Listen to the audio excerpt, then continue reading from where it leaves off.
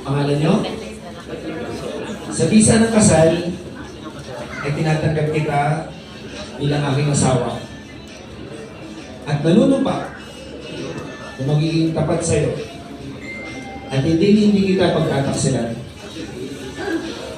Sa hirap at ginawa, sa kalusugan at sakit. Ako ay nangangako na mamahalin kita, arugain, at igagalak sa bawat sandali ng aming buhay. Mahal na mahal kita. So yung mga brides naman po natin, narinig daw po lahat ng sinabi ng mga lalaki. Medyo wala naman. Medyo? Sabi na? Okay, mga brides naman po natin. Okay, ako si?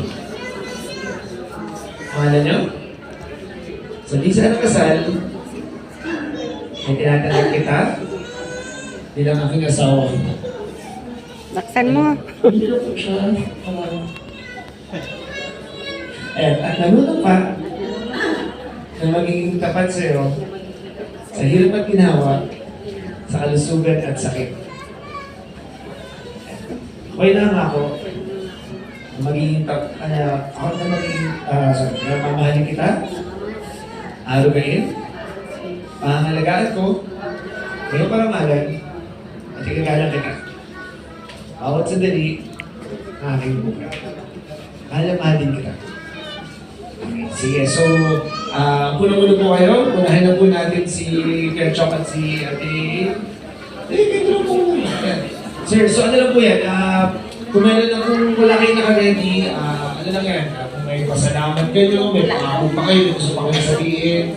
Ano po to? Kahit ano, anyway, kahit ano naman na dito. Okay? So, Chok, sir, nakalan. Salamat sa pag-aalaga mo sa amin ng mga anak mo. Sana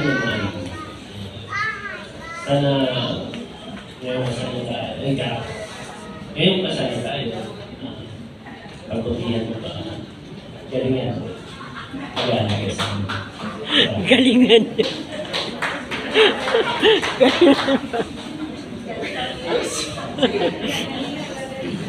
So, salamat sa lahat sa pagiging mo.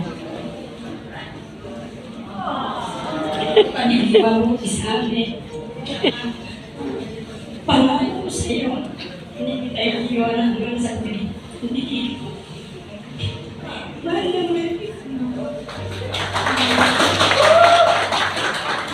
Okay, ang next po natin.